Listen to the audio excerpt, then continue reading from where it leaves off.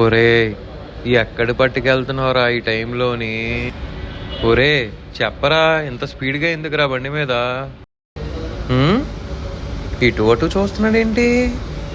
ఎవరిని ట్రై చేస్తున్నావు అసలు? ఆగు, మనం ఎక్కుదాం పైకి. ఒరే ఇప్పటికైనా చెప్పరా, ఏం ఎతుకుతున్నావో? సస్పెన్స్ తట్టుకోలేకపోతున్నాను. ఎందుకు కంగారు అయిపోతున్నావు? ఎవరిని పడితే ఎదిగట్లేదు.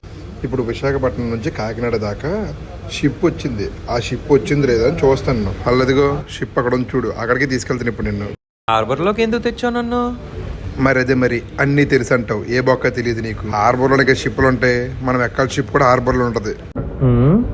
ఆ షిప్ ఏదో తేడాగా ఉంది. కొంపది స్కూటింగ్ చేస్తాడేటి? ఈ ఐస్లో నన్ను పెట్టి ఎక్స్పోర్ట్ చేస్తావు? చెయ్యక చేసి నిన్నే చెయ్యాలి. నిన్ను చేసే బదులు ఆ చేపని చేస్తే రూపాయి డబ్బులైనా వస్తాయి. నిన్ను చేస్తే ఏమవుతుంది?